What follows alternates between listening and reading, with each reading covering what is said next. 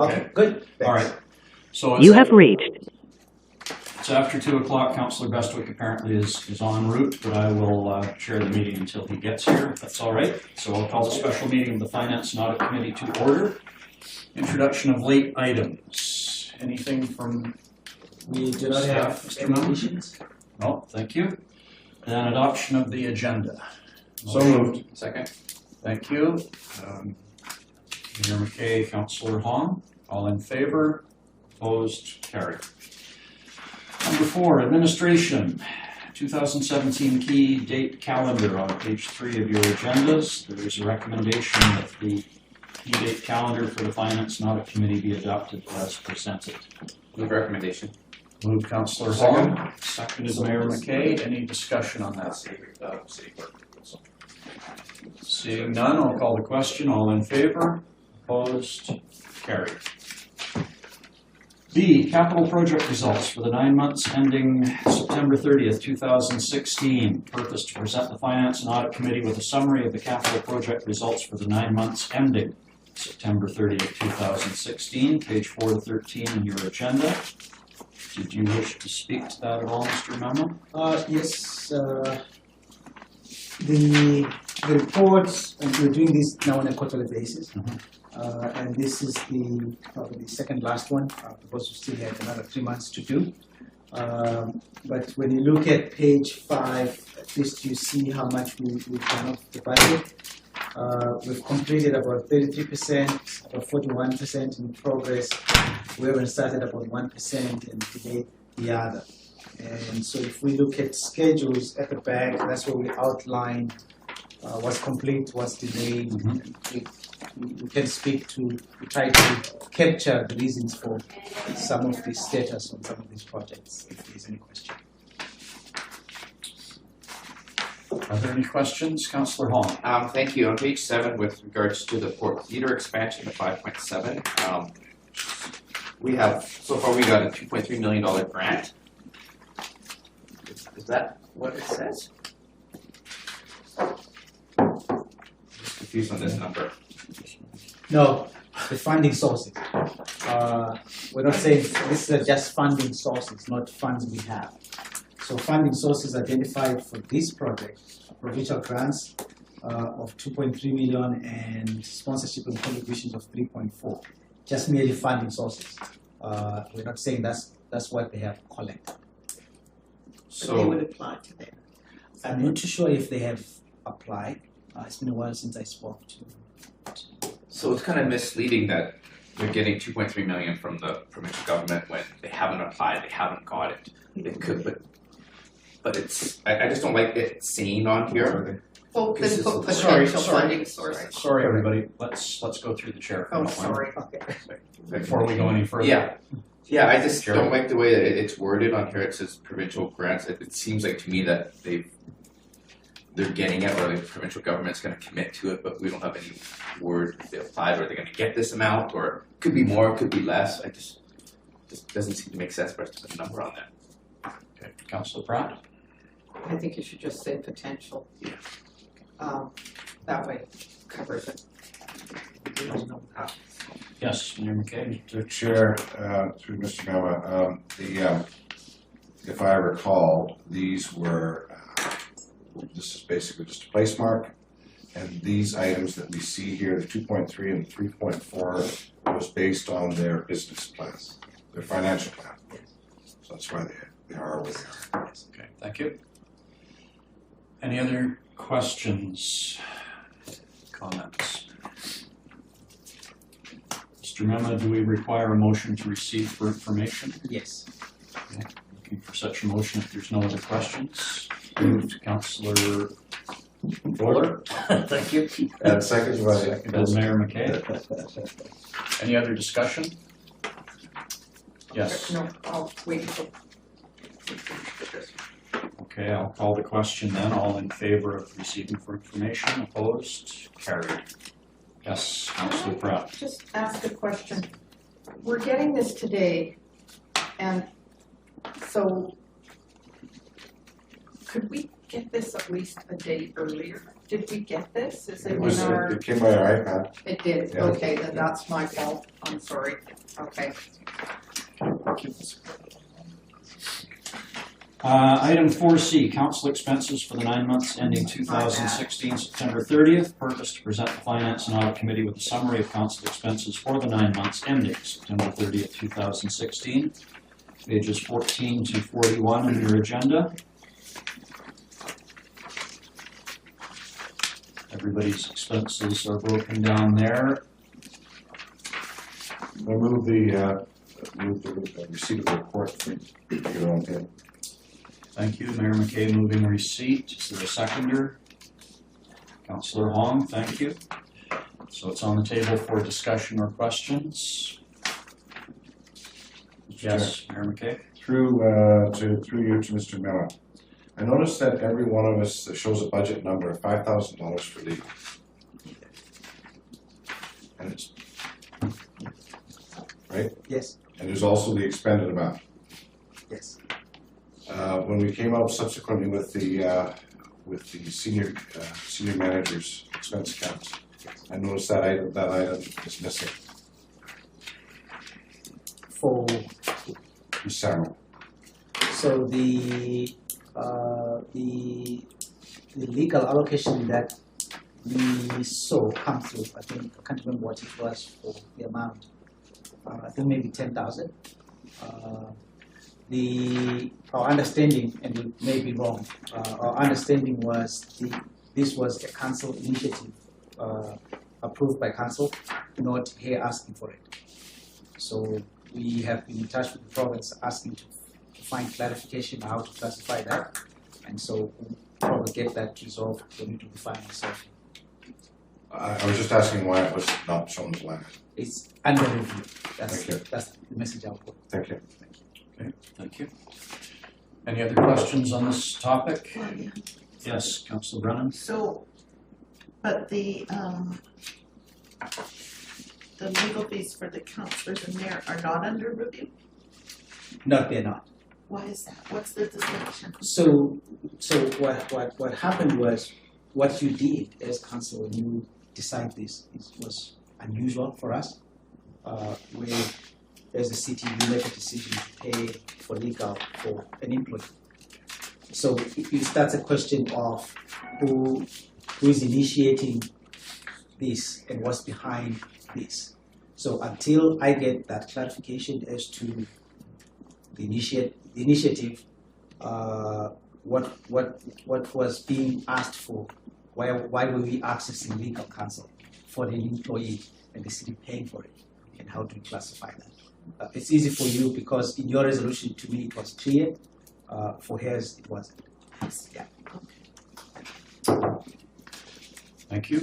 Councillor Hong. Thank you. So can we remove this $5,000 line item for next year then? It won't show up next year because unless you do it again. Okay, thank you.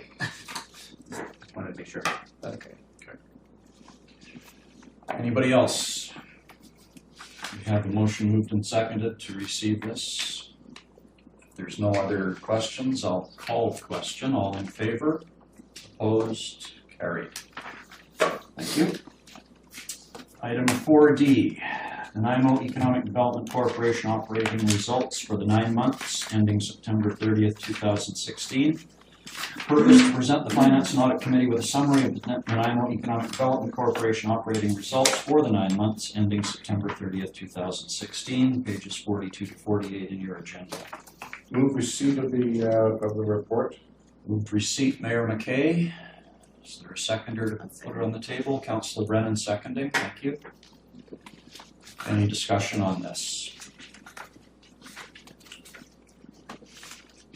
Questions? Oh, I missed.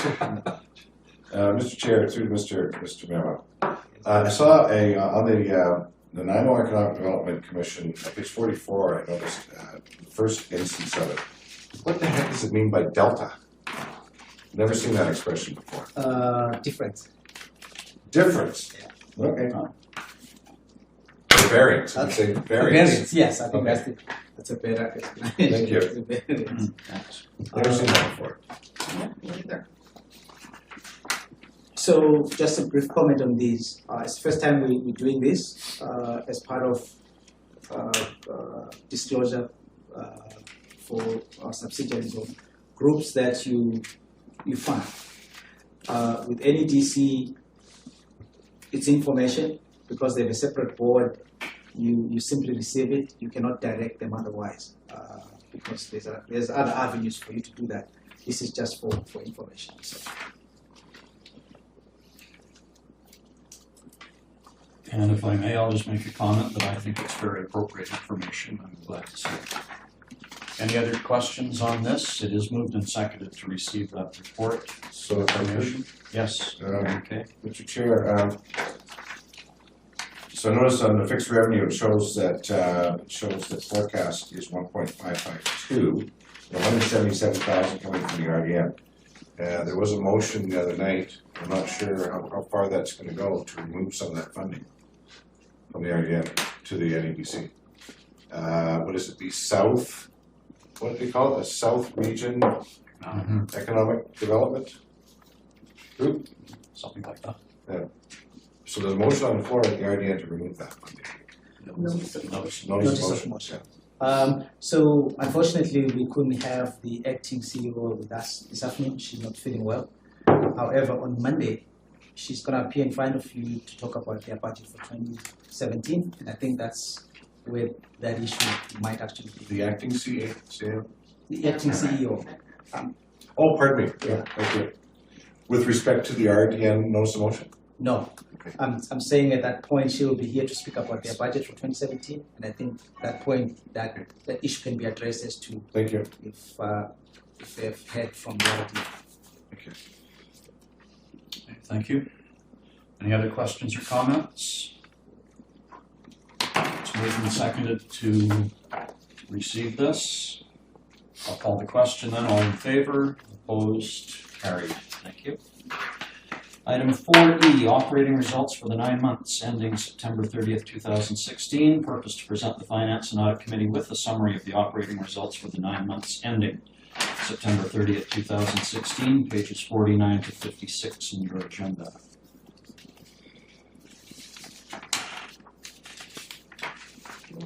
A motion to put it on the table, please. Councillor Brennan moving receipt, Councillor Hong seconding. Any questions or comments on this item? If there are none, I will call the question then. Move to receive. All in favor? Opposed? Carried. Thank you. On to item 4F. Vancouver Island Conference Centre operating results for the 9 months ending September 30th, 2016. Purpose to present the Finance and Audit Committee with a summary of the Vancouver Island Conference Centre operating results for the 9 months ending September 30th, 2016, pages 57 to 60 in your agenda. Can I have a motion to get this on the table, please? Councillor Hong, thank you. Seconded Mayor McKay. So open for discussion or questions. On page 60. Page 60, with the Appendix 2, I would really find it easier to understand totals. So for example, it says space rental, and it shows space rental profit loss, food and beverage profit loss, but I never saw, I can't find it says a total overhead administrative profit or loss, and it shows total expenses, but I don't see anything that says it shows total revenue. So if you look at, if you start at the top, Okay. So they do pick up the revenues. If you start with space rental, there's total revenue from space. And then you have space rental expenses of 69. Then you have a profit of 156 as the total rental from profit from space. Then you go down. I would much rather just have something But at it's some all- point that says, Yeah. here's the revenue, Yeah. and here's the expenses. Okay. That tells me what the profit loss is, total. All right. So you're looking because they are doing cost centers here. So you prefer revenue, expenses, Is it on the total. No. Okay, so that's the summary projected positions on page Yeah. 49? Yeah, perfect. No, I'm sorry. Okay, So if I may, Mayor McKay, the numbers you're looking for are the ones on page 57. 7, yeah. but you see, somewhere in there, I would like to see injected a revenue total. So just before overhead, sorry, Go ahead. just before overhead administration, those are the costs, so you want a total right above that line, that's what you're saying. Yeah, I'd like to see, On I'd like page to 16, see, you know, if we had the, so we've got space rental, Yeah, add that up, food, Add that up. beverage, all that kind of stuff, add that up. add that up, Yeah. there's your total revenue. So you want an extra line, right? Yeah, Okay, all right, that's a presentation, we can Yeah, converse with them and make that change for the next report. so, of course, if I could, Yes. Mr. Chair, something else that, that as I mentioned to you, council over and over and over again, that really bothers me about the operating results of the VICC, is when I can't find a parking space underneath those two buildings and there's 1,000 parking stalls, and it's all because of an event at the VICC, it really bothers me that building or that entity gets zero revenue from that.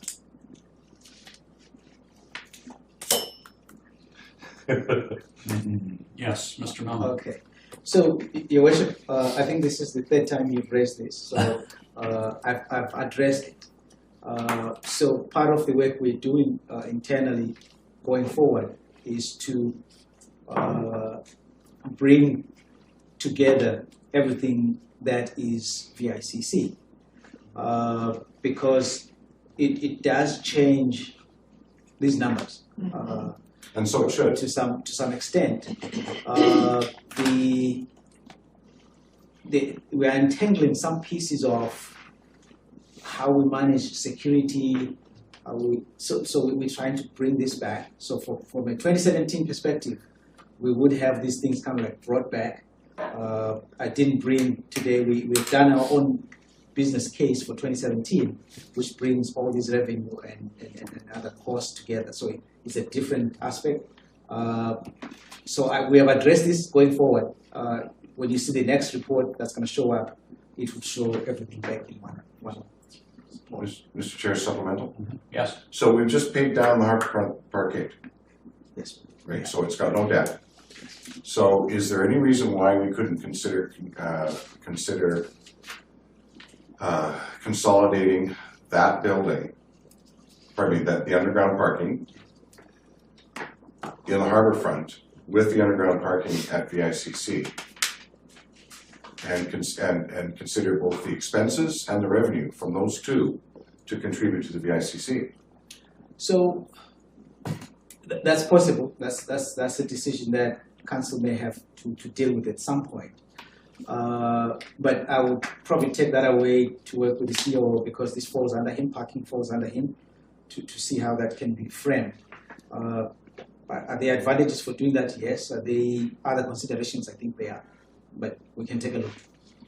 If I could, Mr. Chair, Yes. just one last time. The reason why I ask is because this model was looked at very closely by New Westminster for the creation of their 500+ delegate Anvil Center. And that building there has 4 stories of underground parking. It has 4 stories of conference, retail, and office space. And then it has meeting rooms and theater. And then above that, it has 10 stories of office tower, which they've sold. So they sold the air parcel and that. The key to the success of that building is the revenue that comes under the building. You know, the city retains all of the parking revenue, including that of the tenants that are in the office tower up above. And they base that on what we did here. You know, I think I can't help but believe the dismal results of the operating results of the conference center are significantly contributed to by the fact that when there's 1,000 cars in that lot, you get no revenue from it, and yet it was them that created the event in the first place. So I'll make my point and I'll rest at that. Yes, Councillor Hong. Thank you. A couple of questions. First, does the Port Theatre get the money from the parking in their parkade? No, So that's complete, so parking is different? Yeah. Okay, that's good to know. Eventually, they actually would like to know the costs, or I guess the profits from that parking. Would be nice. The next one I have a question is, space rentals at $225,000 as a revenue, but when you go down to expenses, AV rentals, we rented $152,000 in AV equipment rental. Isn't anybody that rents rental space, don't they pay for the AV rental? Why are we paying $152,000 for AV? What are we using for $152,000 in AV rentals cost? so the way I'm reading it. Yeah. Is she's showing revenue and expenses, not the gross amounts, not the net amount. So you have, so from a space rental, when she charges people out, people need to pay for that. And she's showing the other cost down, she's not showing you the net of The income. the income, It's yeah. their So- expense. So just indulge me here. We only make $225,000 in gross for rental. I'll even just take net, I'll just take rental expenses out of $152,000. So we make $75,000 a year. That's it.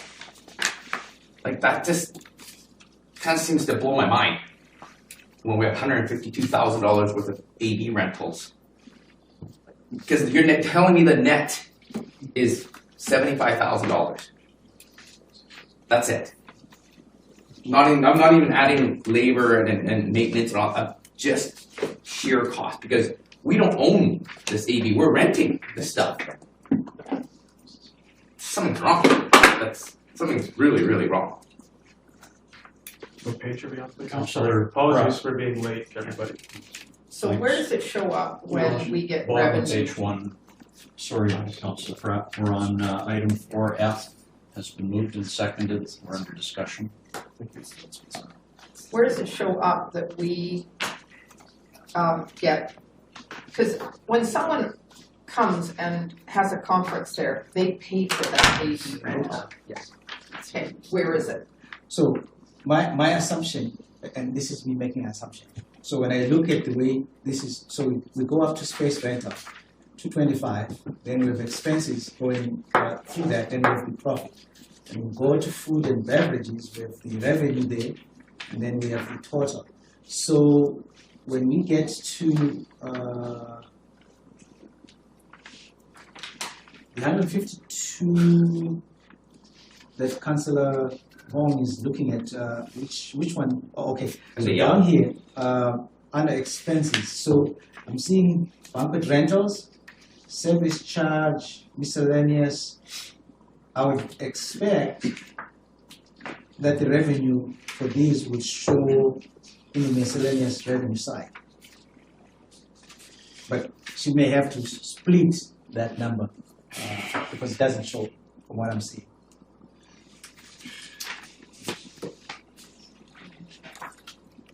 Who's chairing?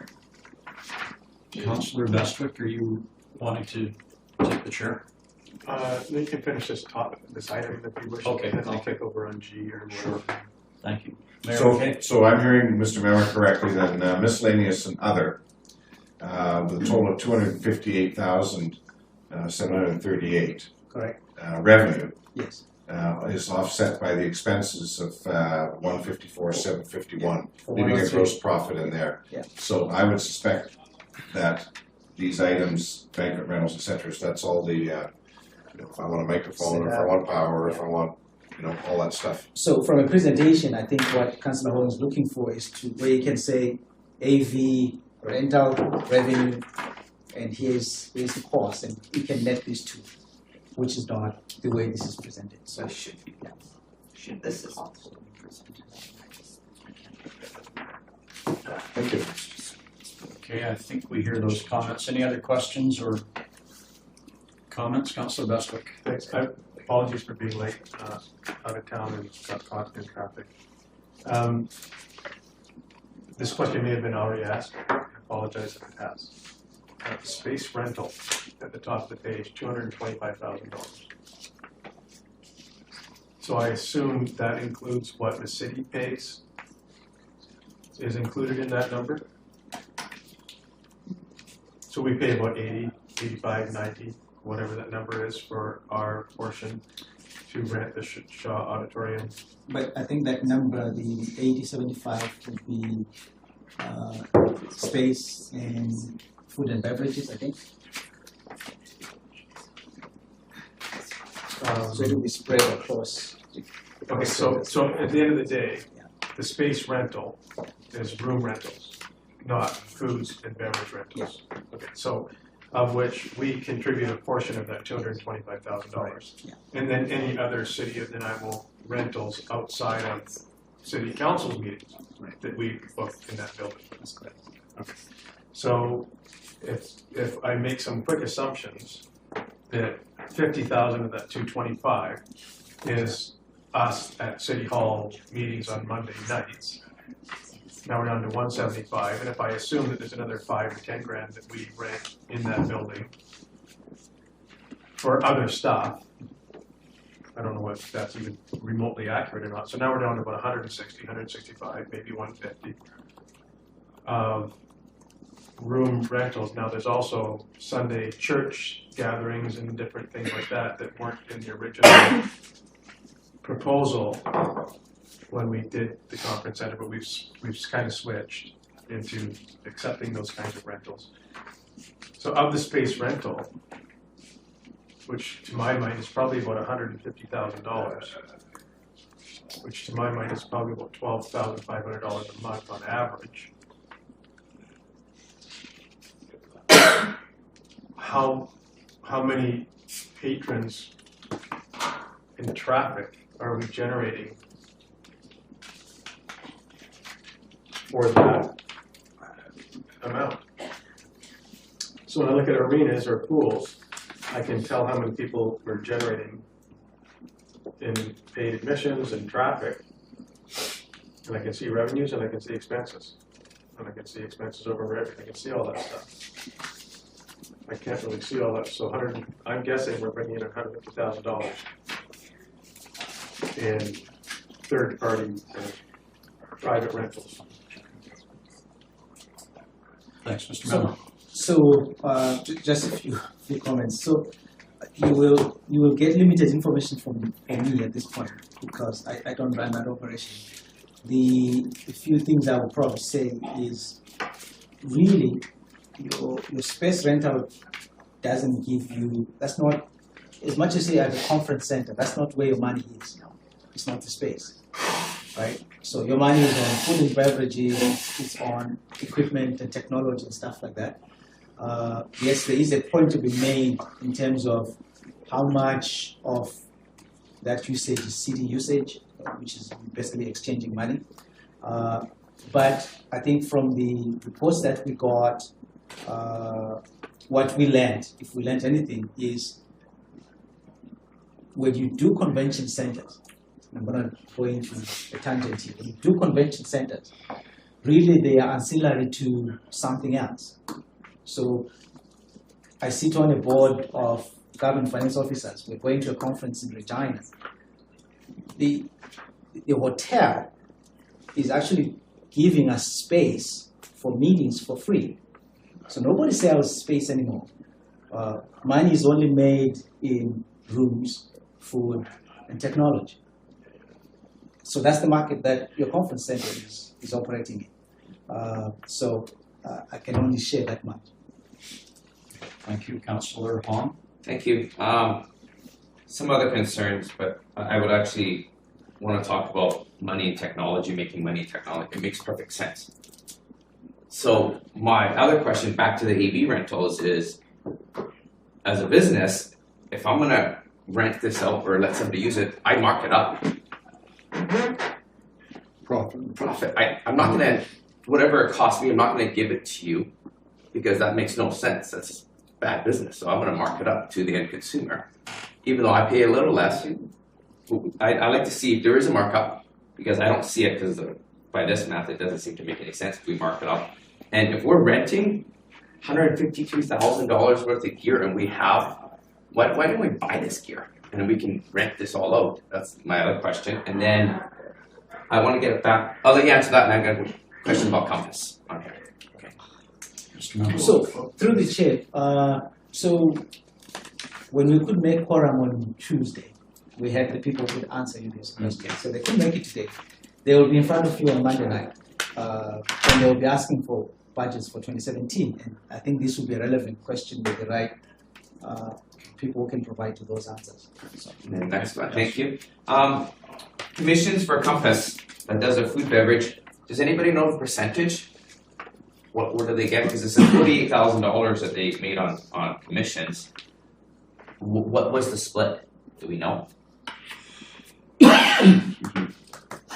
I should know because I read the contract. I know it's 31%, but I can't remember on top of my head what the split between us and them would be. So I can find that out for you. Yeah, I like to know, like, so this $48,000 that they made in commission. So not only did they make the cost and sales of food and all the other stuff, they made commission on top of it. So I'd just like to know that number more. If somebody gets commission. Thank you. Mayor McKay. I did know that when WICC was here, Les Cookson from UBCM suggested that the food and beverage at this place is significantly less than Victoria, and that made it one of the more desirable reasons why they were excited to come here. They were very, very, very pleased. They said that the food and beverage difference between here and Victoria is significant enough that makes a huge difference on the attractiveness of the venue. Okay, thank you. Any other questions on this topic? So item 4F has been moved and seconded for receipt. If there is nothing else, I'll call the question. To receive, all in favor? Opposed? Carried. Thank you. So we're on to item 4G, procurement policy update. Councillor Bestwick, it's your wish. It's all yours. Well, thank you. Appreciate you pitching there. No problem.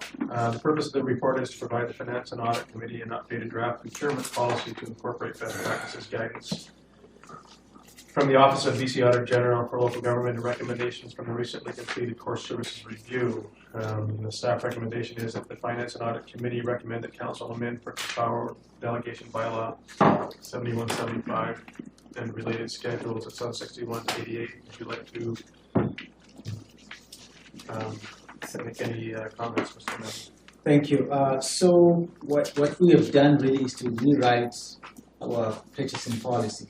And so when I looked at the red lined one, it was just spaghetti. So I thought the best way to do is to show you the two documents separately. So between pages 63 and 78 is the proposed new policy. And then from 79 to 88 is the current policy as it sits. So what we've tried to do with the policy proposal is to incorporate, lucky enough, the Auditor General for municipalities in BC. They have come out with a booklet, which is a guideline as to how they would expect municipalities to procure operational items. And what that means is whenever, if ever, they decided to audit the City of Nanaimo's operational procurement, they will be judging us according to the guidance that they have provided. So we have made that attempt to make this compliant to that guidance. We've also incorporated some observations that came out of the Core Services Review.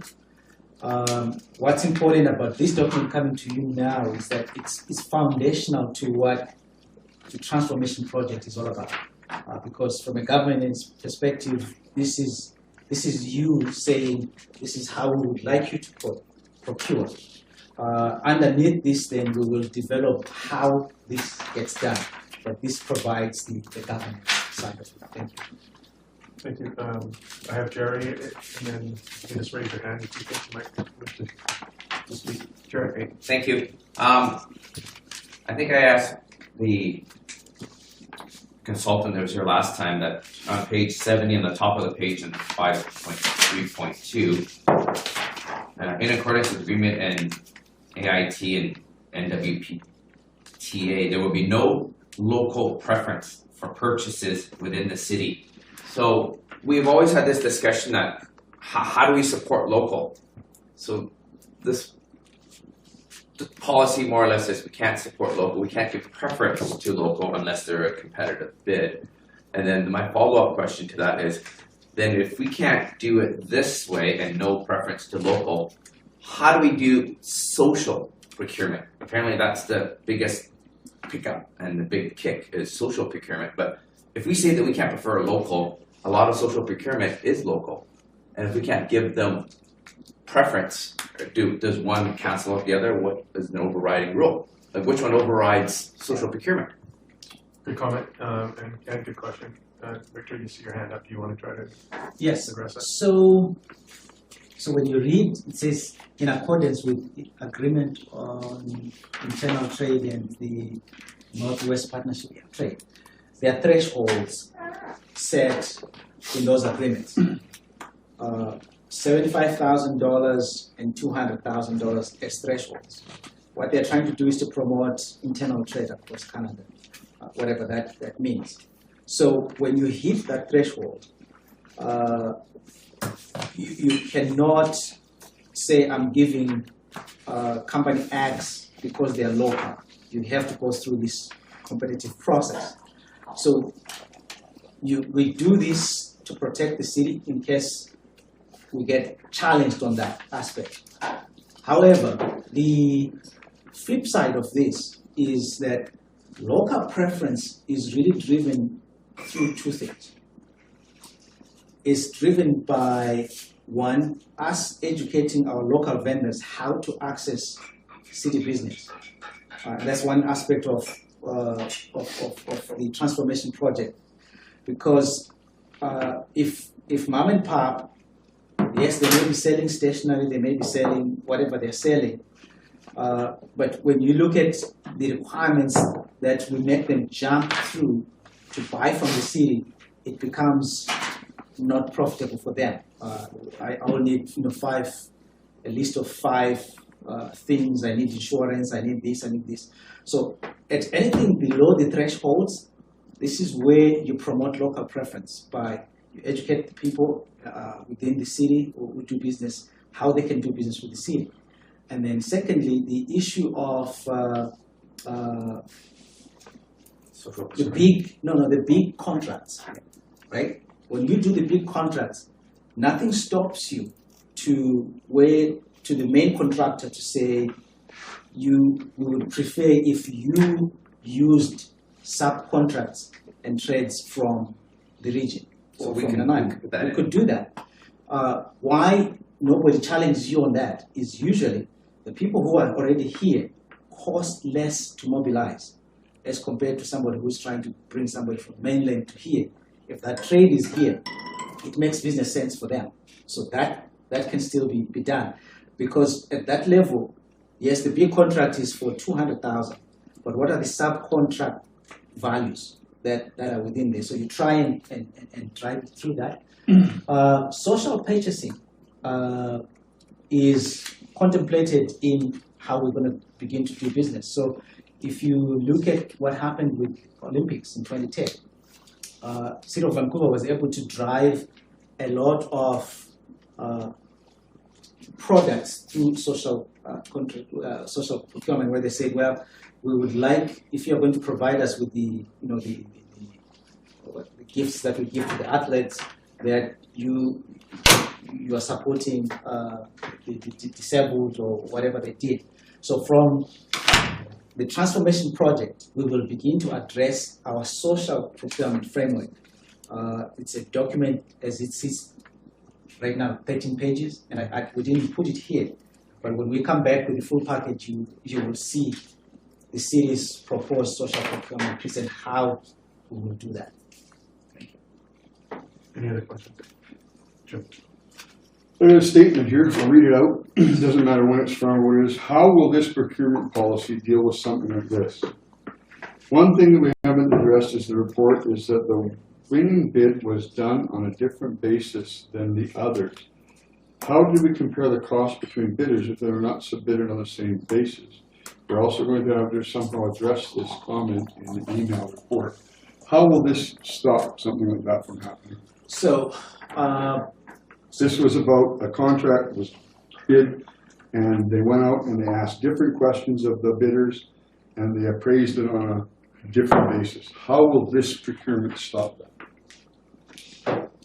through the chair. So, I think the weaknesses of our current practices, I think, are now apparent. When you don't have standard processes, this is how you end up there. But I thought we did have standard processes for this type of stuff, and everything should be bid the same. No, otherwise we would not have landed there, right? Classic. So on Tuesday, the consultants met with, I think, a smaller group of staff and walked them Supply through. manager? No, across the organization, right? To talk about standard operating procedures, right? That means if I am doing procurement, the way I do procurement will not be different as to the way Deborah is going to do it, because we're all reading from the same standard. And so that's how that's going to be addressed. And part of procurement planning is to define how you're going to evaluate things as they come through. So when you write your documents that you're sending to the market knows how they're supposed to present this information to you. And when you get to the strict form, when somebody sends you in a different format from what you asked for, they're non-compliant. They get disqualified immediately from that process. So part of that transformation is to standardizing your processes so there's consistent, there's proactive planning, so you communicate clear information that helps people to respond in a way that it's easy for you to compare apples to apples. So if this happens again, that contract would be null and void. It's done. Correct. Any other comments or questions? Bill?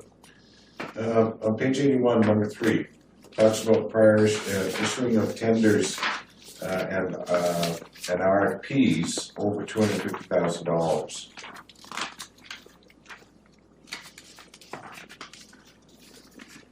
So tenders over $250,000 can be awarded by What page? 81. 81. That's the current policy. That's the old policy. So that's current. Yeah. How is that going to change? Is that going to change? No. So there's a couple of things that are not going to change. So as things sit now, we are not changing the thresholds of what comes to council and what staff has authority to do. So the 250,000 threshold still remains. The reporting of single source, sole source, that still remains the way we practice today. What we are not going to do, which I think Councillor Wong would be happy to hear, is that we are not going to be coming back to say, by the way, we have $1 million and we're going to go out and tender, because all you're going to get is everybody trying to give you as close as possible to the budget, so it's just under the budget. It's not really what the market is looking for. It's because they know you have $1 million. So that piece, we are going to shift how that's going to work. So it'll be an overall cost, but in camera for the rest. So when it starts from when Deborah brings the budget to you, so your budget will, and I know she's gonna like this, because she almost has to do 2 budgets. One is detailed, one is not. So one has a list of projects and a total, and that's it. But for your purposes to discuss, you kind of have to have a sense of what the individual pieces look like. And when we started doing this up north, we saw a drop of 20% immediately. So I can say that. Savings of 20%. Yeah. Did that respond? Answer? Yes. Supplemental. Life cycle cost analysis. So we spent about $600,000 on an LED scrape. at Diana Krall Plaza. It's now finished. It's done. Now we bought that thing. We bought that thing for about 30% less than what an American-made product, American with Japanese components product would have been. When you find out at the end of the day what we actually bought, was we bought a very, very substandard quality of component that was in there, that was simply brought into Canada, marked up, but comes in significant. It comes in a third less than what the other one does, when in fact the product was significantly inferior. But I'll give you an example. The sign that's down. This was the sign that's down at 50 Foods in Duncan. Is 5 years older than the sign that we just ripped out last summer because it was worn out. Ours was worn out. And if you go down there now today and look at the difference between what we had versus what's down there, that product is still going strong. It still has lots of life left. How can we, everybody figures, like a TV is a TV is a TV. Or, an LED sign is an LED sign is an LED sign, and they're not.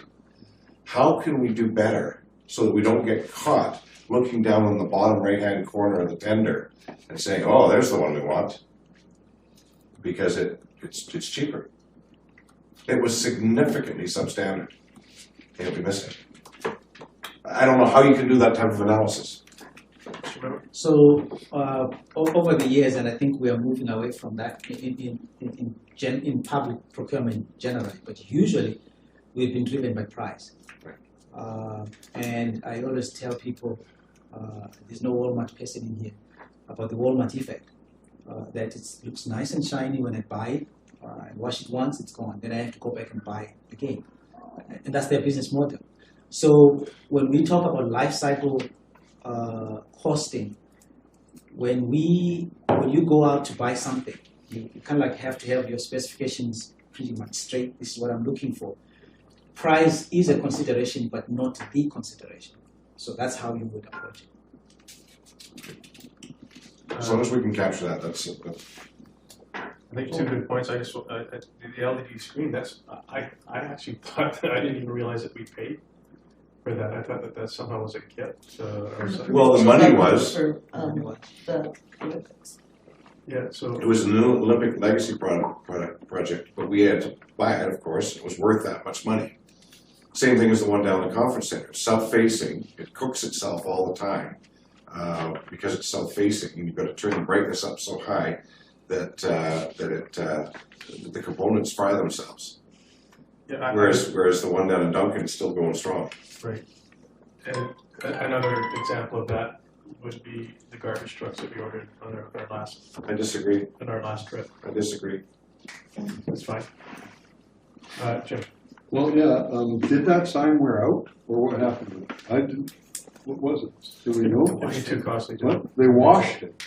No. I heard they went to clean it in that room. That's what I heard, so I'd love to see what actually happened, because I won't know. Typically, for life cycle is important to me, when we evaluate, if say a building is especially, that's easier for life cycle. We're going to build it for this much, and it's usually about 20% of the cost to run it over 60 years, and what's it going to cost to operate over 6 years. Like now we know what our pool has cost us when we voted into it in '96 and we built it. So the big pool, so we know what its life cycle costs, and we can value that. I think it goes to the same thing on the Zamboni, when we price out a $70,000 or a $170,000 Zamboni, or we buy a brand new electric, and then a year later, 2 years later, we want to convert everything. And we said originally, why don't we convert to try?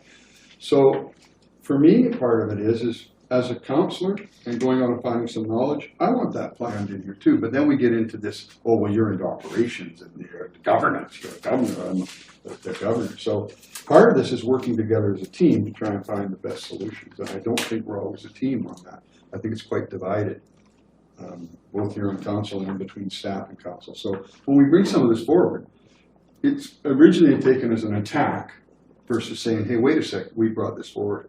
So I'm tired of the attack and some of the BS that I've seen. So I hope this can clean that up. And I hope our departments are working together on one system. Because I know I've had 8 years of problems with purchasing.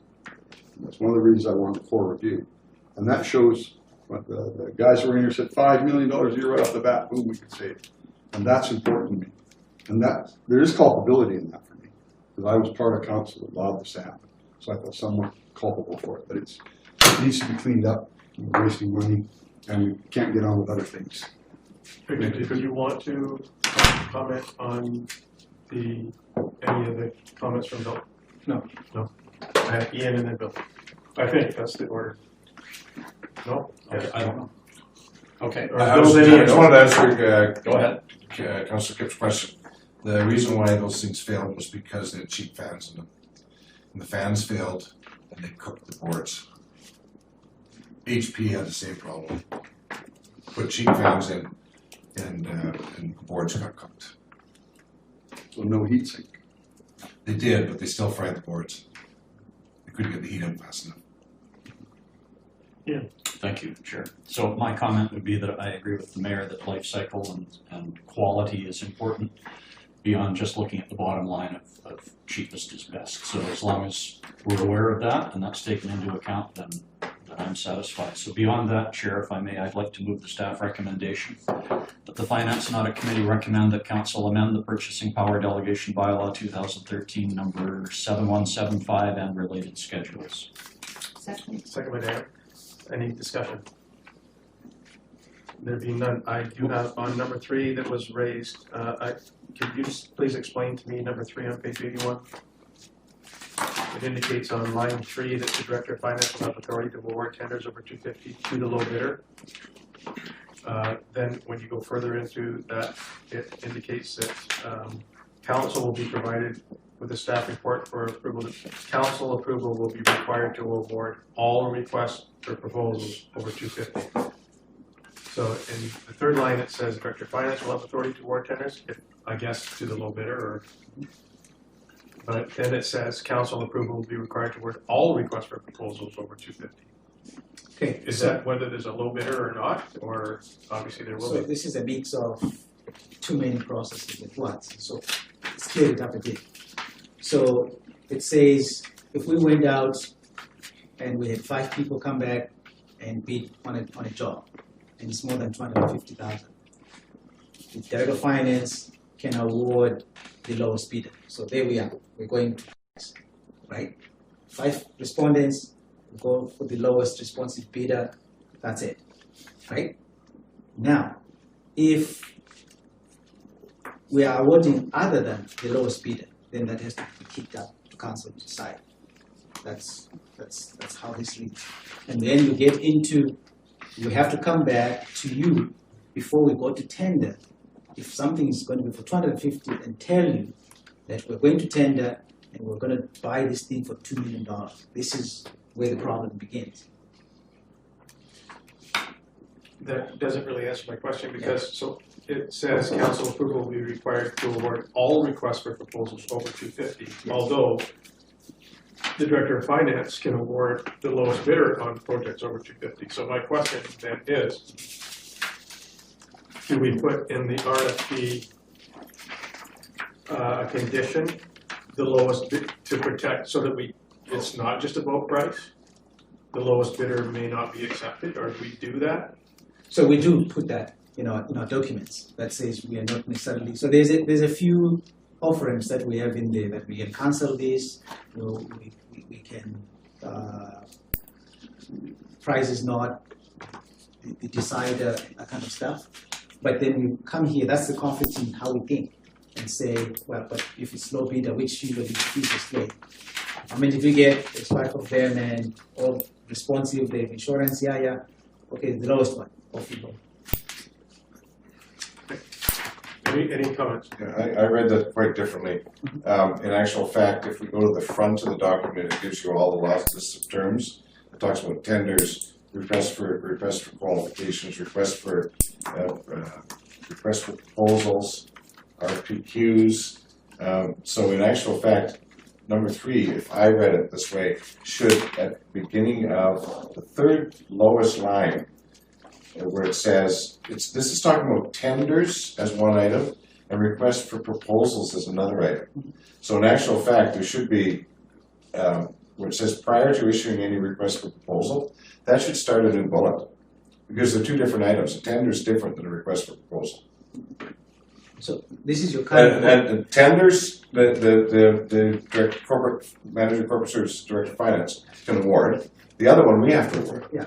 So this is the current policy. Yeah. It could have been drafted differently, but this reflects what I just explained as the current practice. So request for proposals, we approve. Yeah. Over 250. Jim, Well, community benefit clause, is it only capable on a request for proposal? Or can we do it in actually a tender, a community benefit clause? Because we can ask under social procurement, typically, community benefit clause is where you ask them to give more to the community for something. But we're giving, and that's it's in our language. So can that be applied to RFPs, a request and proposal, or can it be applied to an actual signing of a purchase agreement for goods and services? It can apply at both levels, but it's preferable that you disclose that upfront. At the RFP stage would be the best, and ask for whatever benefit there. And further, is there a kick-in point or a value threshold for the international agreements, for the trade agreements? What is the? Well, there's a kick-in. I thought for CETA, I believe, and NAFTA there was kick-in amounts. I thought there were.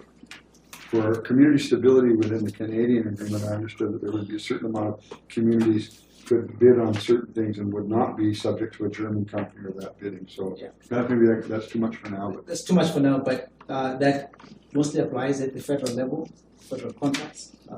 For us, at a certain point, you still can. I think from a trade agreement piece, at least the ones we noted, they still prefer Canadian.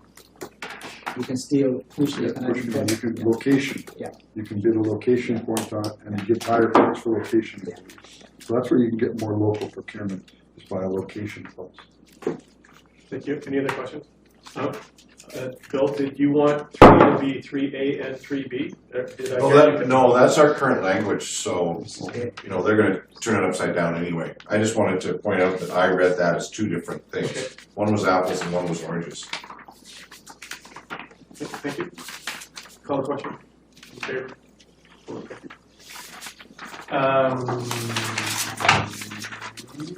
H. Raskin Street Bridge rehab.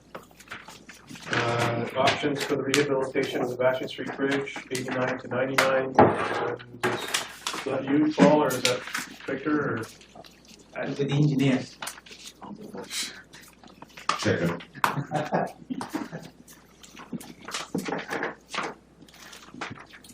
Sure, could I just I'm sorry. ask a question before Paul starts? Yeah, for sure. Is this for information today, or are we making a decision today on the options? What's the recommendation? Well, I sort of see both Options for things. rehabilitation is what it says in the order. It was intended to be an information report. I think we have to refer, like when we approve these things or not, this Yes. goes to us on the 12th or the 19th Yes. or the whatever.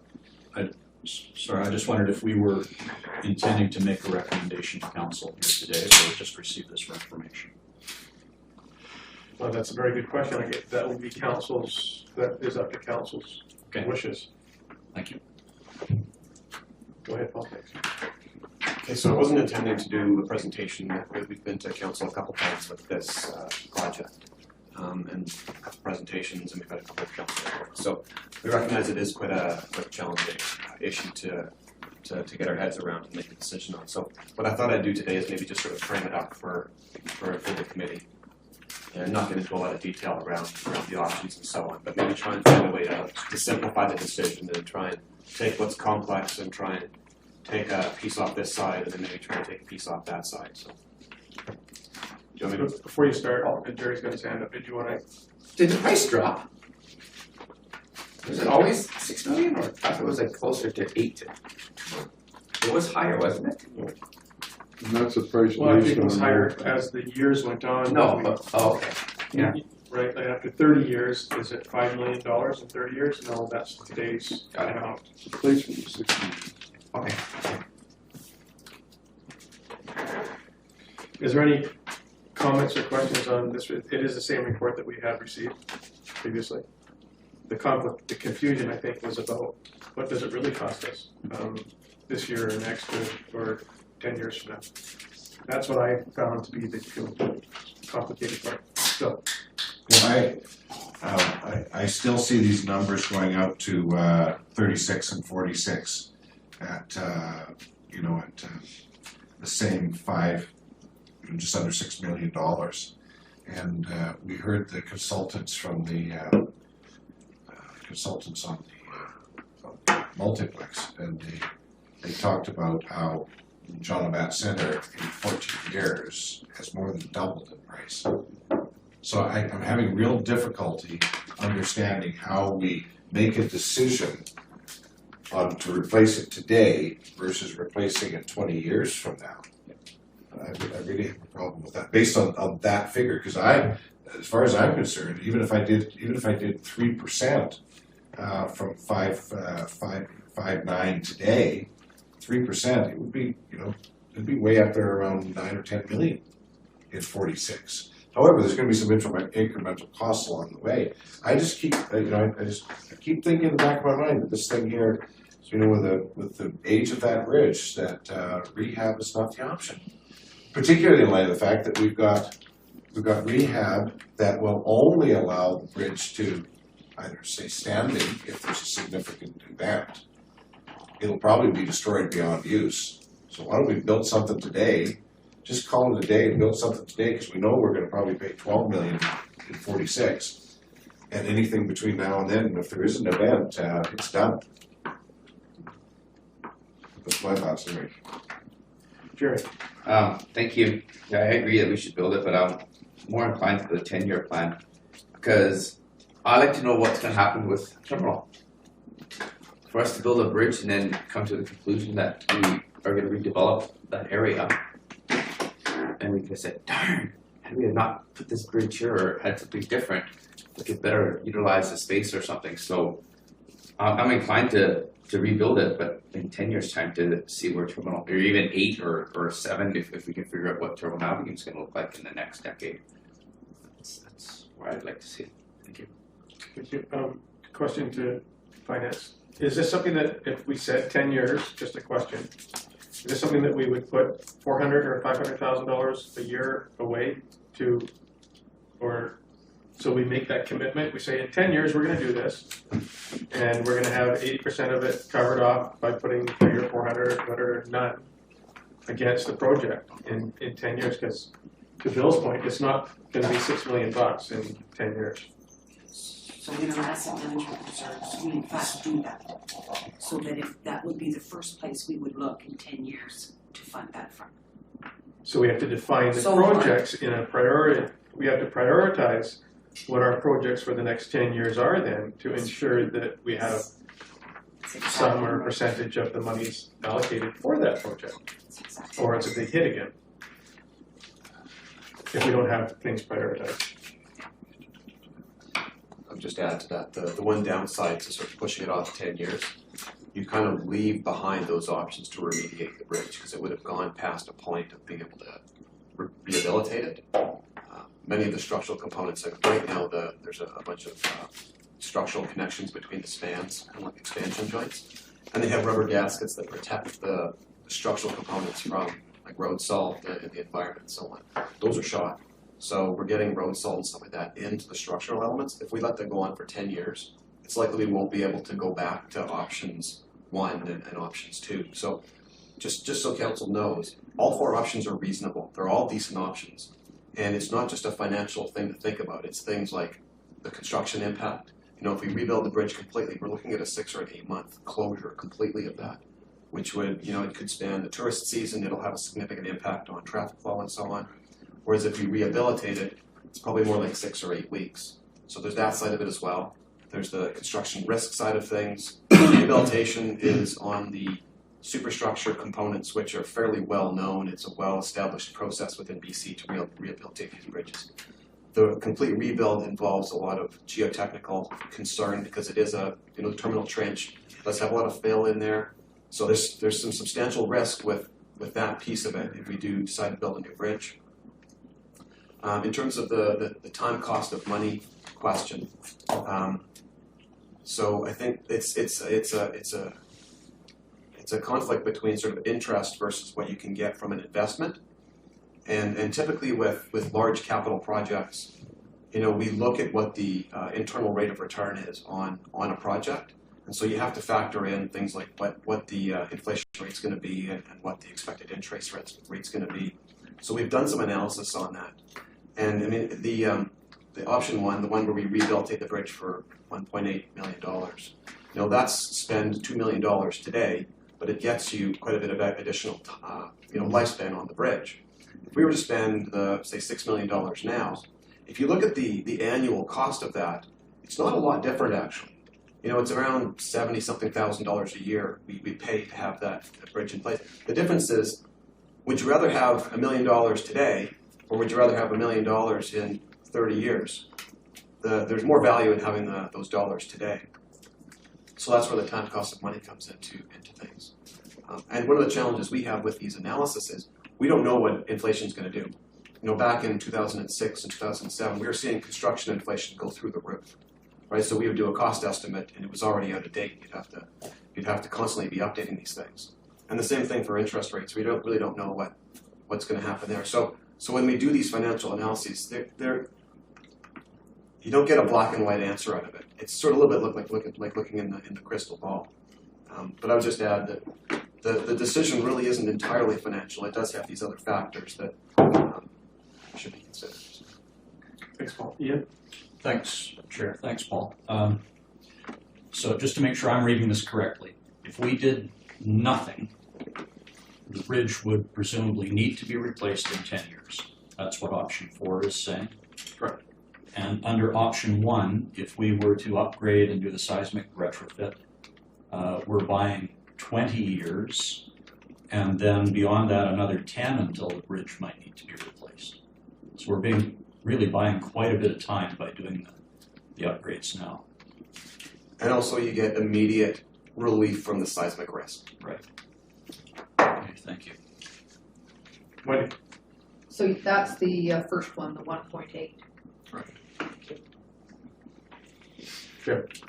The other side now is if we build a new bridge in 10 or 15 years, the seismic standards will change, as they have been adjusting all the way up. So in 1978, when they redid the seismic anchoring and they put in some metal joints and things like that on the bridge, well, the system has changed totally since then. The seismic requirements are much greater now because we're realizing that big subduction quake is going to. So the three risks here that I see are catastrophic failure in an earthquake, could be damage beyond use, right, like the report says. And we don't really know what the construction risks are because of digging down there in that trench. We've done some reviews with the studies, but financially, yeah, do we spend it now on that bridge? To me, it's like, how can we extend the life of it, using it as long as we can possibly use it with some force? It's 1936 it was built, so it's getting old too. But I think, like I say, I concern myself, we build a new bridge now to the standard. In 20 years, we'll be doing an upgrade on it anyway. They'll make us do something. And I know constructing a new bridge in there is going to be interesting because once you dig that soil, it's like the convention center. Once they dug, they knew what they had. And once you open it up, then you know what you have. And that's the scary part of a place like that. Whether it would the bearing capability down in there now. I'd like to. Yes. Thank you. So what I'm hearing basically is 3 and 4 are probably out. 1 and 2 is something that people are trying to wrap their minds around. If you want to say item 2 is rehab only for $670,000, which is 1.3 less than the seismic. In 20 and 30 years out, same thing is the price is the same whether you do the rehab and seismic now or just the rehab. If you do just the rehab now without the seismic, which I understand, will probably change in 10 or 20 years anyways. So is it good money to spend another $1 million to do the seismic retrofit now? Or is it good money to not do the seismic retrofit now and just do the rehab? Bill, did you want to? Yeah, I wanted to ask Paul. So, something that Jim talks about all the time is looking after what you own. And, if I were to compare the Coho with the Sydney, that are, about 3 years apart. One of them is still a viable piece of equipment. The other one is a rusting hulk laying up the river that hasn't seen service for 10 years. That's the difference between the two corporations' philosophies. So if we're taking a bridge that was built a number of years ago, and you're saying that, that we've obviously let things go, what is your recommendation with respect to putting that thing back into a fit condition and we could have, I'm surprised that we've got joints that we've let go to the point where they're causing significant damage. But a plan to get another 30 years out of that bridge. Looking after your assets is what I'm saying. So just to expand on that through the chair, the bridge was evaluated fairly comprehensively by materials specialists, looking at doing non-destructive testing on the columns, and looking at the reinforcement in the columns and the various components. They did a chain drag along the deck, and many of the main critical components, such as the columns, they're surprisingly in good shape. We were actually a bit surprised about how good a shape things are in, given the age and the limited amount of concrete cover that actually exists over the reinforcing. Back when they built the bridge, they didn't have as much concrete cover as they do now, and the concrete cover really helps protect against the salts and the other things that can get in and corrode the reinforcement.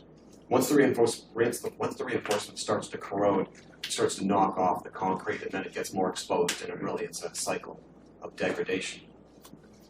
One of the other things that was observed during this evaluation of the condition of the bridge was the bridge deck. They did a chain drag along the deck, and what they do with that is they listen, and they can tell when there's delamination that's occurred. So a substantial amount of the deck is actually delaminated. It's delaminated right now, is what I understand.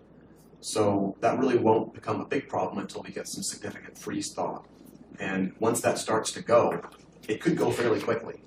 And that, just redoing the deck could be something that, if we decide not to, if we were to choose option 4, for example, where we're going to leave it for 10 years, we could find out in 4 or 5 years that we're faced with, we have to redo the deck just to get it to limp along. So back to your point about, what condition is the structure in right now? Are we at a point where we can still salvage it? We think it is. We think it's at the point now where if we invest some money into the bridge, we can extend its useful life quite substantially. But if we don't, it's going to quickly start to deteriorate.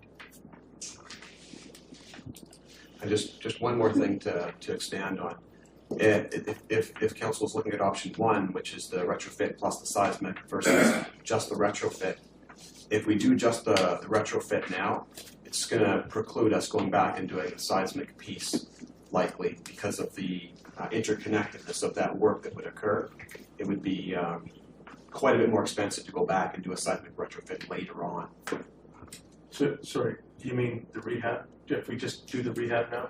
If you just do the rehab now, and then say 5 or 10 years you decide you really want to do a seismic retrofit, you're going to be redoing a lot of that rehab.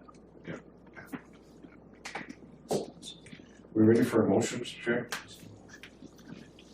Providing all the questions have been adequately addressed. If there's no more questions, then I would certainly. So this is just an information, just to receive a report.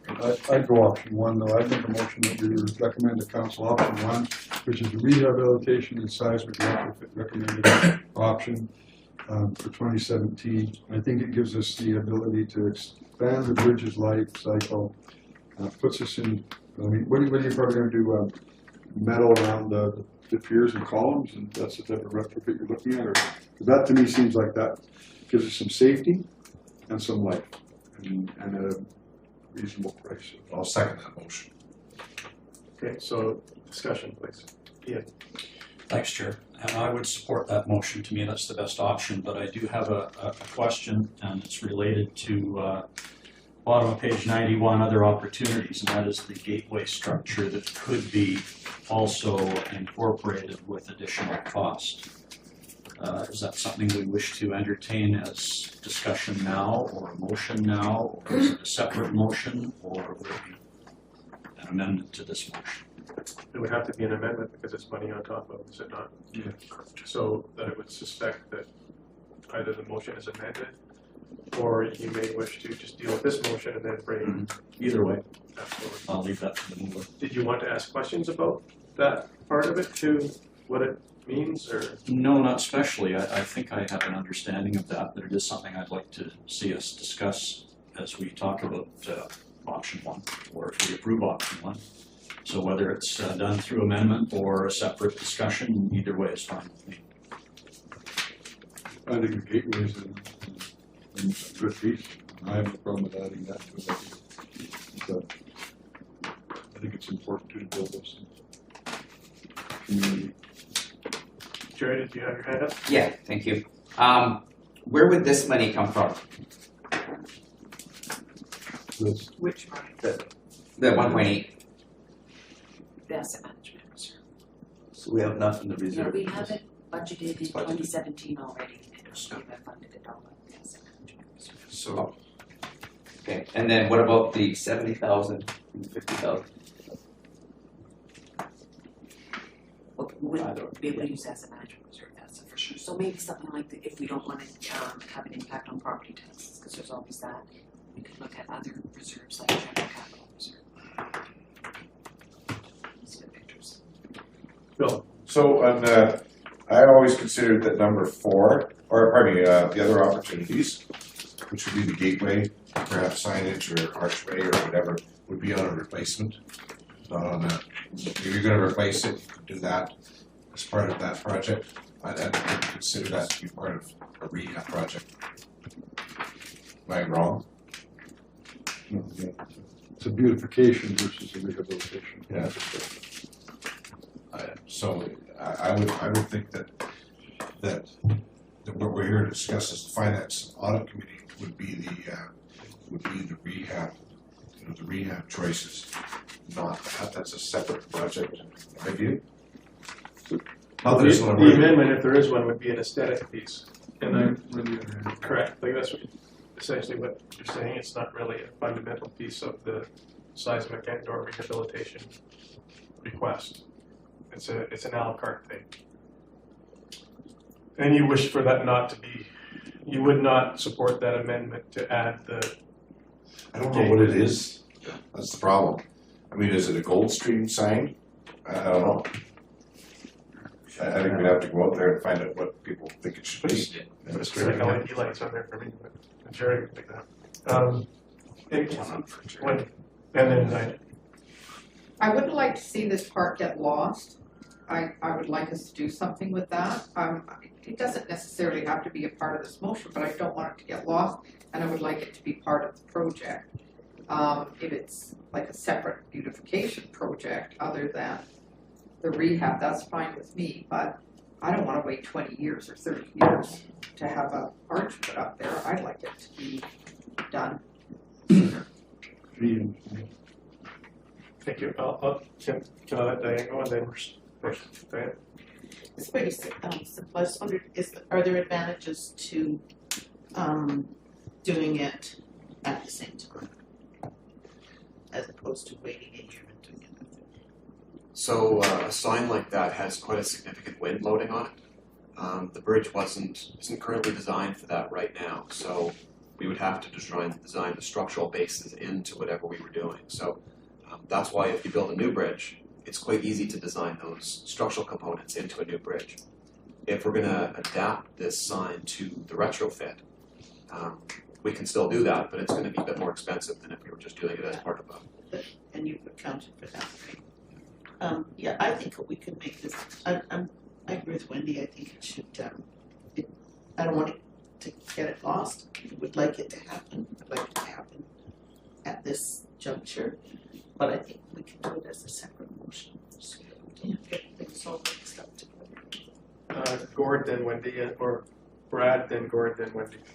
So through your chair, just an administrative comment, should council wish to table that piece or move it to a following month, say February, March, council could direct staff to have that on the agenda for a March period, bookmark for that, and that way at least staff can have a chance to look at it and come back with it out being lost. What it looks like, where the financials.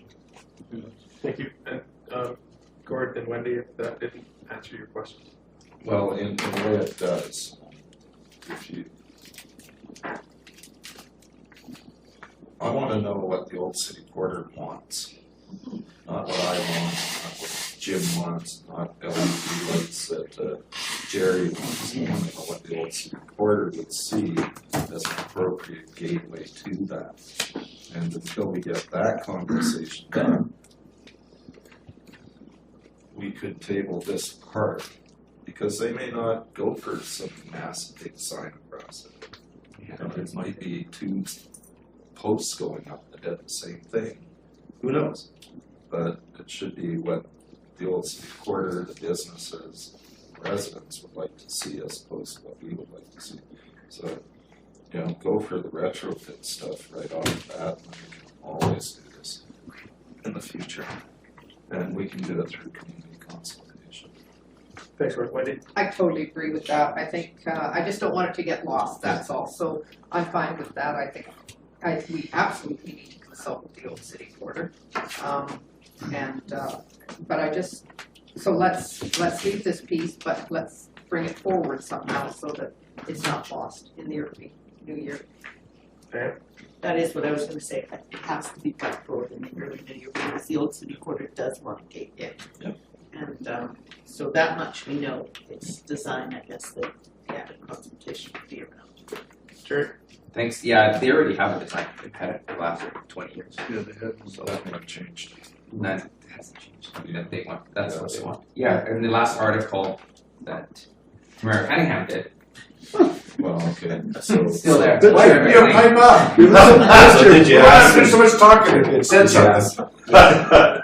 Yeah, you got a picture. For once, give us the We scoop. don't, but did you ask, is that still what they want? Thanks, Rick. So I'm hearing the same thing from everybody. So, and one of the questions too could be, does it actually have to be attached to the bridge? I mean, so could it be not attached to the bridge or closer to the former goals and like whatever? So there's no amendment to the motion for number 1, which is the seismic and the rehab. And this is a recommendation to council. Thank you. Just call the question. All in favor? Opposed? Carried. Thank you. We have number I, replacement recreation management software, page 100 to 102. Let me just get there so I can read what it says. If we don't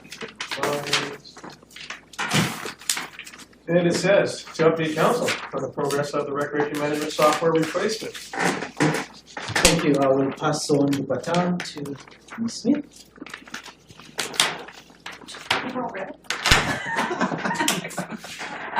We just wanted to let you know, sorry, here's my note here. So we brought to council that we were interested in partaking in a multi-city RFP process for the replacement of the recreation software.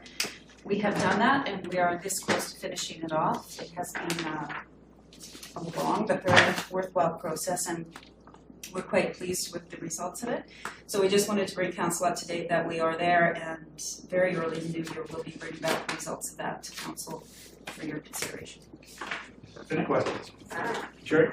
Are we expect to save any money on this? Because we've partnered up with 24 communities together. You would think that we would be able to get some sort of significant savings in group buying power. Where I can't divulge what the cost will be or who the proponent is, the likely proponent. If we had done this alone, it would have been a lot more than going for months. Is this a different, obviously, program than what Oceanside just implemented? It is different. Trick question. It is different than the RDM. Yes. So the one that we're entertaining is superior? I think. That's not a trick question. It's not a trick question. Yes or no? And I don't want to say right now, it's all of the software that was presented in the RFP, it has its weaknesses and strengths. It's the proponent that has won this competition met the most needs for the communities in the RFP. And is this, so if we don't know the number, just, this is to Planet, not to you now. If we don't know what that number is, but we assume that we'll be doing this in 2017.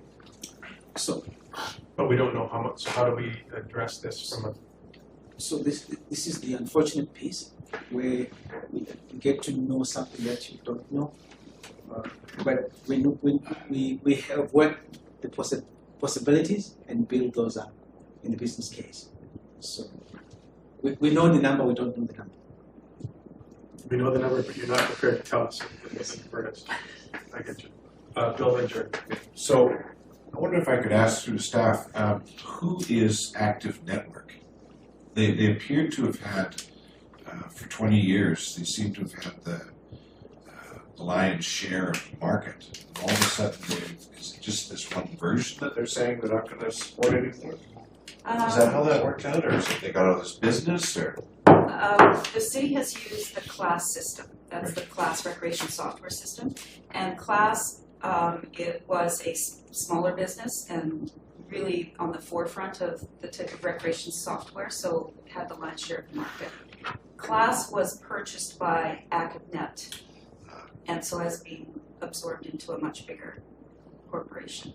And we haven't seen any major improvements to that software in 2 years. They've fallen behind the needs of where we need to be. Would you say it's a moving target? Software itself? Yeah. I don't think we'll see ourselves using software for 20 years. Thanks. So this is an information report. Jerry, did you want to talk? I just want to know if we don't like this, we still have to be part of it. Can we then say, hey, let's do what the RDN does, kind of thing, or are we committed to whatever is decided? I don't have the answer to that question. We're not. We haven't signed off on anything yet. We can, council will be given a choice to come back and jump on board the RFP, or we'd have to vote to another RFP process. We would. I wouldn't think we would be in a position to just say, let's go with what the RDN is. Yeah. Any other questions? Call the question. All in favor? Opposed? Carried. Thank you. Then we gotta go to J, Strategic Infrastructure Reserve Fund. The purpose of the report is to provide information and funding options for establishing a Strategic Infrastructure Reserve Fund. And Mr. Mema, if you would like to address staff's recommendation. Thank you. I think this is the easiest report that we brought to you this afternoon.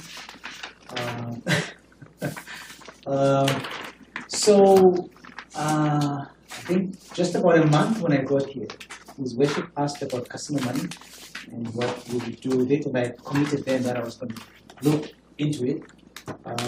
And then I think you asked again, and then I got several other people ask me, and I committed that we will try and get to this.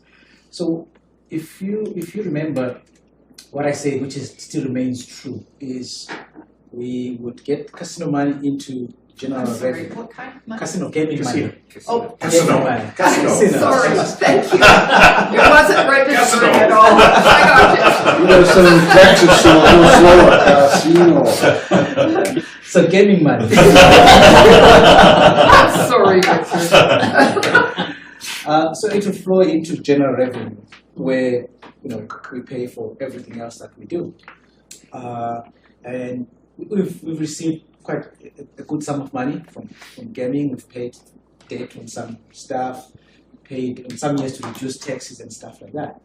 But I think every community that has this opportunity, they have kind of put this money away to do something once in a while. But trying to shift this from general revenue, you have to replace it with something unless you drastically change your cost and lower them to the same amount of money. So why it took me a while to get here was we knew it would be a 3% hit to replace this.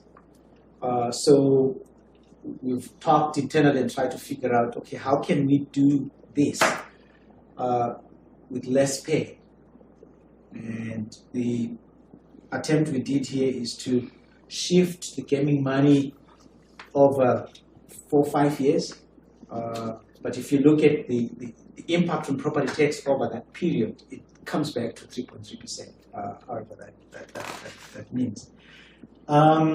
And so what I've done here is to try and shift customer money over time, also dedicate about half of our community works fund to this specific fund, which I'll talk about now. And then we took the Fortis money as well and put it in there. As a way of being able, as a council, to know where it is and what to do with it, we're proposing that you come up with a strategic infrastructure reserve where that money flows into there. When you make your decisions as to what is strategic to you, you make a call to say, we can use that fund for this or not. So that decision still remains yours. But for us is to see if we can put this money in a pot that's identifiable for specific purposes that you can tap into for strategic purposes. Like I said in the report, I think we've done pretty well in terms of putting away money for asset management. What we haven't really done is to put money away for the strategic assets that you may be looking to do once in a while. They don't come along quite often, but you want to be able to do that. So that's our attempt. Chair. Thank you. Is there any way we can roll property acquisition reserve into this? Or is that separate? That's separate. We have a strategy around property acquisition and reserve for it, right? We can talk about how to back that up, but you probably want to keep it separate. Although, if property acquisition, if a property you want to go after shows up, then you call it strategic. That means you can dip into this. Can I just comment on that too? Property acquisition, so we allocate so much on an annual basis to the property acquisition reserve fund. But when we sell properties, it doesn't go in there. Oh, it does. Yes, it does. When we sell property that the city owns, it goes into and can only be used for property acquisition. So if we sell the corner of Bowen and Meredith that's for sale, that money doesn't go into general revenue, it goes into property acquisition revenue. If we sell whatever other properties that we own or don't own, then that money goes into property and only for property acquisition. Okay. Can I have a follow-up on that? Of course. Because my biggest concern is I have no problem buying parks. Like we use a lot of that money, I think, from property acquisition was for the New Valley. Well, we can't sell a park, so we never replenish that fund. I would like to somehow constantly have a fund that we can replenish in the sense of, because if parks are great, but I don't think property acquisition should be funded parks out of that department because, like you said, on Bowen, we can sell that, we can get the money, we can put it back into a pot. But when we buy a park, we can never sell it, so we're never replenishing that pot. So I would just like to, I'm not against buying parks, but I would like a fund that we can buy property and sell it or whatever we decide to do. I just, somehow that we can have the extra money to do instead of spending it all on parks is my concern. Can I just address that a little bit? We can sell a park. We just have to change our bylaw. So there was a point in time when the Civic Arena site could have been sold or was going to be sold or was considered to be a saleable piece going into Arena Street to a development. And the argument was, is it a park or is it a street? At that time, so we could have, and we made sure that actually then we passed a bylaw that said that's a park. It's not going to get changed. Yet, as far as Lindley Valley, it's not a lot different than Neck Point Park. They were purchased to preserve them as for the entire community for passive recreation, or whatever you want to call it, to ensure that it was available to all citizens of the city of Nanaimo to enjoy as a recreation outdoor facility park? So two things, and I might be confusing my better experience. When we sell parks, we probably, I think, from the community charter, we have to buy another park or something like that, and replace it. And the second piece is internally, as part of our business cases for 2017, we've been talking about the property acquisition funding levels and stuff like that. I think there's still work going on to try and figure out how to boost that. It's probably the next project for us to look at. Thank you. Bill and then Ian. So on this item here, yeah, we can sell parks, but we have to dedicate. We don't have to buy a new park. We have to dedicate land as parks. So in the back of my mind, I've always had, we keep talking about the Greater Nanaimo Water District lands, or water board lands. I think we need some flexibility. So if we sell a park, like if we decide we're going to, the King of Football is going to be over at ND, or over that property over there, and we want to sell Caledonia, then we could sell Caledonia and we just dedicate part of the water board lands. After a referendum. Yeah, it has to go to the public. I guess. It has to go to the public for assent. Yeah. On the parkland disposition. Unless you want to see Lloyd Cherry drop dead. Ian, did you want to chat? Did you? I do have a comment, thanks, Chair. So I can understand the value of earmarking this casino revenue for infrastructure. And it's hard to argue against that. My concern would be, does it take away, maybe Mr. Mema can answer this, does it take away our ability to use that money for other needs that come before council? And I'm thinking social organizations, Loaves and Fishes, or the severe weather shelter. If they come to us with an out-of-the-blue request for support, which seems worthy, that is maybe somewhere where we could have used this casino money, and now we would not be able to do so. What I didn't do here, I didn't assume a cap. I did not assume a cap. Right. And that's one approach we could make. That caps, you say we will transfer up to 2.5 million a year. Anything above that sits elsewhere for other things. That's another approach we could make. But yes, you are right to say when you take money from one without replacing it, you have to figure out another way. Sure. 90,000 comes out for the SPAC grants out of that money from the casino. So that was part of it when we signed up, is that the council of the day felt that some of the money should go to social programs because of gambling and the anti-social effects of gambling. So I believe all the SPAC grants come out of that money. I believe the operational social planning grants came out of that. So nothing stops council to rededicate a certain number where you say, except this amount stays for other things. Yes, Wendy. So I just want to ask then, I'm not sure it said in there, so I'm just going to ask it. What do we normally get a year from gaming? 2.4. About 24? 2.4 million. 2.4 million? Yeah.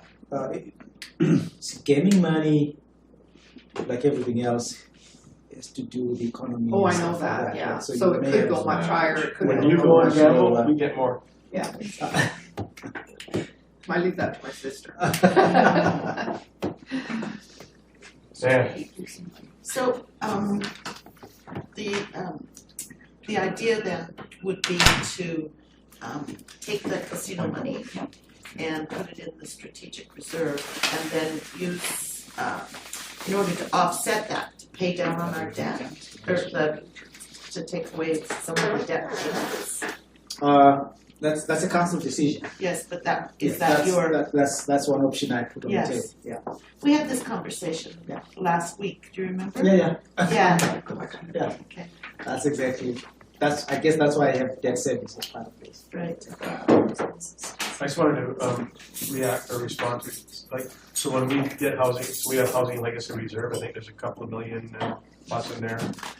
When we did Loaves and Fishes for the 175, when they wished to upgrade their project, I don't know where that, I can't remember where that 170 request came from, but it was, I know it was early November when it did come, right before our election. So, but I can't remember which fund we took those monies from. So we get, as you, later we get I would find it. Mr. Chair, I have to leave, I did send a message about that. No problem. It's the last item, but maybe we can then, Gord, and then if anybody else, and then we can call the question. With regards to the money for the social stuff, 90K from the, I think it's been 90K for forever since we started getting this. And it would be nice to increase that before we allocate everything over. The Housing Legacy Reserve Fund comes from specific monies on developments. That's a $1,000 type of thing. And is primarily geared to, I think it's supposed to be geared to DCCs, etc., that we would waive on places like Boundary, Wesley, Uplands. Now, we've used that, we've had to make a motion to actually use that money for other things, such as the cold weather monies, etc.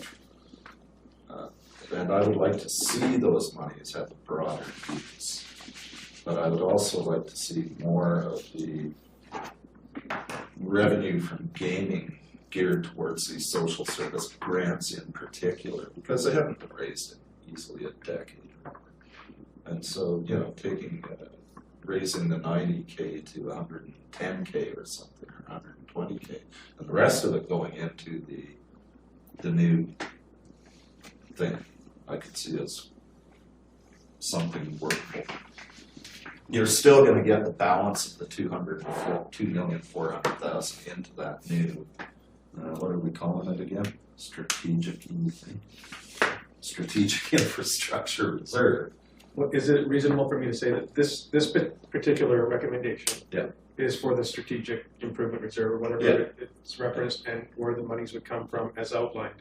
If we wish to come back later and say, I'd like to increase the housing legacy reserve by X dollars, or that, then that's another item that we can come back with and make a request to council to increase those. Where it comes from is kind of irrelevant where it comes from. If you want to, you or anybody else would like to recommend that it goes up by 20 grand. The thing is, right now, the 90K is coming from the gaming revenue. It's coming from. So if we take that 90K away, then we have to reallocate it from somewhere else. What I'm saying is, rather than doing the 2.4, we do 2.29. So I'd like to leave that up. Yeah. So when they come back to us with the final thing. So this is what we've done, and Deborah would help us understand this. So what we shifted money and replaced it, right, by property tax. So if the wish of this group, when we come back with the final recommendation, is to say, yeah, you can shift, but don't shift all of gaming money. We still want to dedicate 150,000 of that. Would that work? Absolutely, but it's still in place. It's still there. It's not lost. By the shift of the $2.4 million.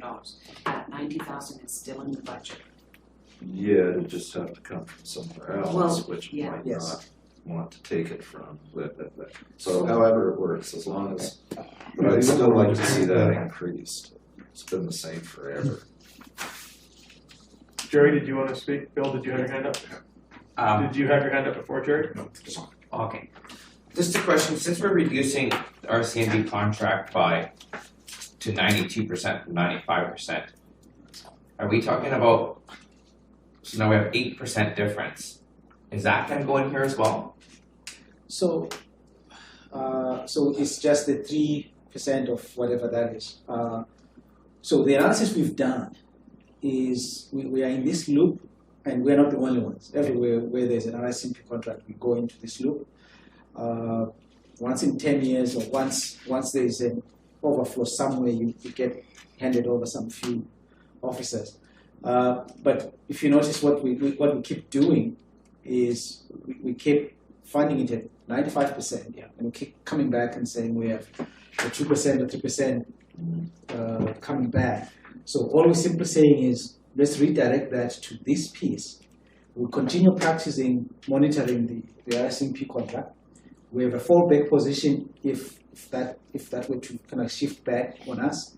However, we still continue, if there are surpluses that continue to come out, they still go to that reserve for RCMP. So we're simply trying to stop pre-taxing people on something that we know is going to be less. Okay, so, but again, to that question, I get we're gonna try to stop taxing people, that makes sense. But why are we talking about, so, there's $3 million right now in the RCMP reserve, which was based on 95%. So now we're gonna drop it down to 92% funding the contract. Should that theoretically just drop our budget, and why or are we just saying that we're gonna keep funding at 95, but you know it's 92, we're gonna put that extra money into here? Or I just don't understand why we have this listed as reserve, as a source of reserve when. So we are not reducing our taxation. Yeah. Right? We're still taxing as if we were going to fund RCMP. At what percent? At 95. But we're saying, look, instead of us funding at 95, we'll fund RCMP at 92%. The difference between what we would have kept in the RCMP contract between 95 and 92, that delta, if that's the name that's the number we that new word. Yeah, we learned today, is what we move as a funding source to this reserve. It's money we are collecting. It's just reallocation. We're just reallocating. Because all it's saying is if we had a surplus of 1.5 million at 95%, and we only do it at 92, then we got a surplus of 1.5 million. So, but that 300 whatever thousand is getting put over here instead of 1.5 or whatever the number is into the RCMP. Yeah, I get that. I'd rather just be funded at 100% and not increase people's taxes.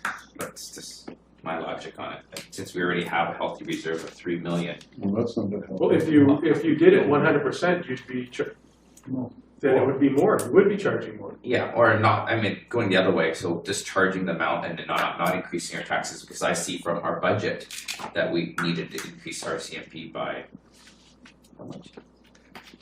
What's in here? I can't Well, what they remember. want is they certainly want 4 or 5 or 6 more members. Okay, thank you. Sorry. So Okay, so I got 2 items on the main topic, and that is RCMP. We're talking about RCMP budgets. The only reason we get a surplus is because they can't supply us with bodies, right? But our policing function actually has 2 portions to it. One is the RCMP, and the other one is our civilian. We promised them officers that we've never given them. Number 1. Number 2, they keep telling us that the requirements of the courts are putting unbelievable demands on their people to on the administrative side. Reports used to take a few hours are now taking a few days. They need more resources there. So to separate these 2 and then take this money off and put it off into a capital reserve fund, I can't vote in favor of that. That's number 1. Number 2, this franchise fee, I pulled these 2 documents off the city website today. One of them is the natural gas franchise fees, city's position paper, 1.2. And it says, in 1989, the province of British Columbia introduced the Vancouver Island Natural Gas Pipeline Act. The Section 7.5 of the Act stripped all municipalities served on the Vancouver Island Natural Gas Pipeline of the authority provided under the Municipal Act to charge franchise fees. Franchise fees are specifically intended to compensate municipalities for costs related to the repair of damaged and destroyed infrastructure, the premature deterioration of municipal roads, and staff time spent on natural gas matters, and the loss of revenues from competing natural gas distributors. Then it goes on to say in 2014, when we got the new operating agreement with Fortis, because that Natural gas Pipeline Act was for 25 years. So for 25 years, every time they tore a road up and put a gas line in, we, the citizens of Nanaimo, paid for that. Now we're saying we're still going to pay for it, And we're gonna take the revenue we get that's supposed to compensate for that, and we're gonna put it into this capital fund. So I can't vote in favor of that either. During that period, municipal taxpayers had to forego tens of millions of dollars in operating fee revenues in a manner not required of other taxpayers outside Metro Vancouver. So, you know, we're still gonna be fixing roads. They're gonna be dug up and put infrastructure in, and taking that money that's supposed to compensate for that and putting it somewhere else. I can't do it. I'm not, you know, tens of millions. If we look at Penticton and Kelowna, we've probably lost over that 25-year period somewhere around $10.5, $12 million in costs. Gary Corson was on. Yeah. So, thank you, Bill. I just want to make a couple of comments, and not necessarily a disagreement, but we over the years that we promised Green Lake money or water a long time ago. They've been paying for it forever, sewer, and didn't happen for about 35 years. We promised the IAFF the 10-year fire plan that they were going to get a new fire hall too, and another on Hammond Bay Road. And as we all know, the shifts in things that become priorities that were or weren't or are or aren't. And now with the new crime system, it's not new anymore that the police have been utilized to fill out all their reports. So I look at this as a very necessary piece of how we can create a long-term opportunity for capital improvements versus everyday annual operating, putting this money into operating. I also see this as part of our core services review, where we don't talk about the $4 to $6 million that the consultants have told us that they're going to be able to save us in one department. And so that's just a shifting for me. I don't want to save that money. I want to spend it somewhere else wisely. The Great Canadian Casino, they've gone from anywhere from 1.8 now to $2.4 million in the last decade on what we receive. As soon as they make any improvements, that 2.4 is going to be 2.5, 6, 7, 8, 3. And there's going to be considerably more money there, because when their traffic gets greater and more energized and more money's going through their tills, more money's coming through our till. So the sooner that they get on with their $15 million project that they stood here a year and a bit ago and said that it was going to happen whether there was a hotel or not, and they showed us the pretty picture, Mr. Keeling, then I hope they get on with that $15 million improvement, because I know that more money will start to go through their tills, and then more money is going to come back to us for social programs, for a whole host of other things. So I think we need to be putting pressure on the Great Canadian Casino to get on with their project on our downtown. I think that once the consultants come back in April with their final draft or final report from the Public Works and Engineering Department about procurement and how they're going to save us, we're going to be in a way better position in 2017 than we even realized. But and I think this is steering us in that reallocation mindset and concept, and being able then to have a 10-year, 15 or 20-year plan of how we can build things in our aging communities to replace what we already got, or make something new that we don't have. So this to me is a really critical piece and a really critical step in the future on how we get done what we all think we need to get done for our growing community. So I will be supporting the recommendation. Mr. Chair, can we take them seriatim? I think there's three funding sources there. I mean, in principle, this establishment of the Strategic Infrastructure Reserve Fund, I'm all for it. I mean, and it doesn't have to be the big projects either. I mean, you know, new Departure Bay Activity Center could be built off of this, or, you know, whatever, right? It's just you know, taking gaming money and turning it into legacy projects like other communities do. That's all I was ever after. But there's three funding sources suggested. One, of course, is the gaming. The other one's from the police reduction of the police fund. It was GCC, Fortis, and RCMP. Right. I can support this in principle, and I can support the gaming money, but I can't support the other two as contributors. Mr. Mayor, do you have any comment on the the benefits or the or strengths or weaknesses or? I think you can split into 2 or 3 pieces. You can vote on setting up the strategic infrastructure reserve. That's one piece, and there's a bylaw that comes with that. Then you can vote on the funding sources, Right. whatever they are, and you take your vote. And that's it. So what is council's wishes? Do you wish to do Great Canadian Casino as item 1 and Fortis as item 2 and our CMP as item 3? Chair, my view is I'm quite prepared to vote on the concept in principle and support that. Maybe we need more time or more information to think about the funding sources for a subsequent vote. But I would certainly support, the idea in principle. I wouldn't necessarily support all three of those funding sources. So I don't know whether we want to get into that today or whether we need time to think about that and get more information possibly and options for the future. Told you should have put 6 items on there. You were talking to him, were you? Sorry, I was kidding. We didn't have that conversation. I like that idea. Which idea? That you just mentioned, splitting principle the thing, and then bring back each individual.